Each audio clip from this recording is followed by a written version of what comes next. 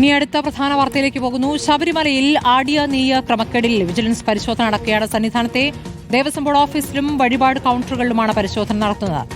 ഗോകുൽനാഥ് വിവരങ്ങളുമായി. ഗോകുൽ, വലിയ അഴിമതി ഇക്കാര്യത്തിൽ നടന്നു എന്നുള്ള കാര്യം ഇതിനകം പുറത്തു വന്നതാണ്. ക്രമക്കേടിലുള്ള പരിശോധന ഇപ്പോൾ എവിടെയൊക്കെ നടക്കുന്നു ഗോകുൽ?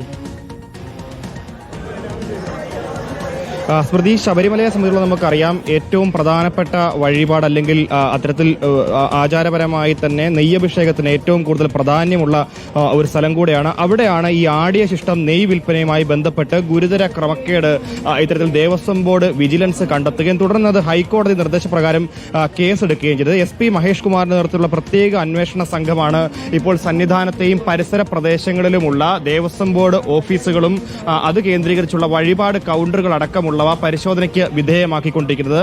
രാവിലെ മുതൽ തന്നെ പരിശോധനകൾ ആരംഭിച്ചിരുന്നു. ഇപ്പോൾ പരിശോധന ഏതാണ്ട് പൂർത്തിയാകാറുമായിട്ടുണ്ട് എന്നുള്ളതാണ്.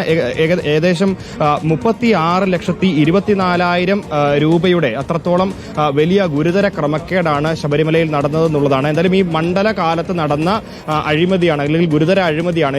അയ്യപ്പന് ആടിയ ശേഷമുള്ള അഭിഷേകം നെയ്യ് സാധാരണഗതിയിൽ ദേവസ്വം ബോർഡ് വിവിധ വകുപ്പുകൾ വിവിധ കൌണ്ടറുകളിലായി വിൽപ്പന ചെയ്യുകയാണ്.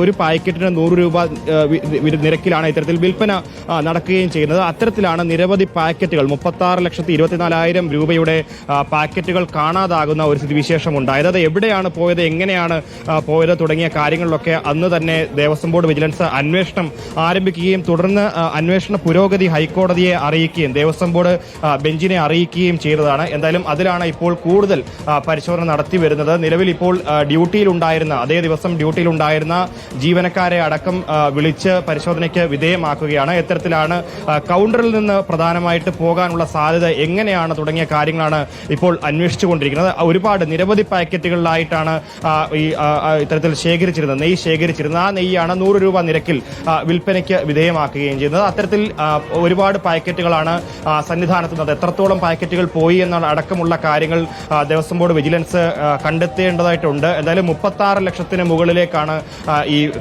നഷ്ടത്തിന്റെ കണക്കുകൾ വിരൽ ചൂണ്ടുന്നത്. ദേവസ്വം ബോർഡിന് ഉണ്ടായത് വലിയ കനത്ത നഷ്ടമാണെന്നുള്ളതാണ്. എന്തായാലും അതിലാണ് ഇപ്പോൾ അന്വേഷണം നടന്നുകൊണ്ടിരിക്കുന്നത്. എന്തായാലും SP മഹേഷ് കുമാറിന്റെ നേതൃത്വത്തിലുള്ള പ്രത്യേക അന്വേഷണ സംഘം 6ഓളം പേരടങ്ങുന്ന അന്വേഷണ സംഘമാണ് ഇപ്പോൾ മേൽശാന്തി ഓഫീസിനോട് ചേർന്നുള്ള കൌണ്ടറുകളുണ്ട്.